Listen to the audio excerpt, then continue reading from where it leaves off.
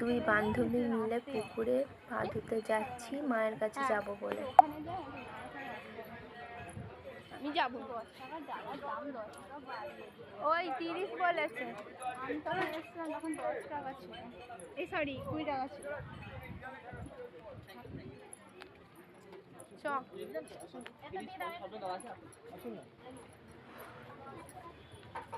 ওই কোথায় চটিটা না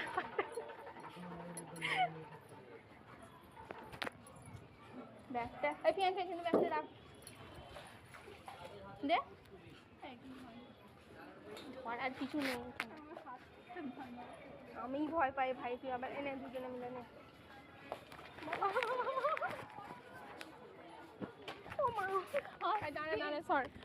আমি উঠি তারপর তুই নামবে। হ্যাঁ ঠিক আছে, তারপর তখন ধরবি।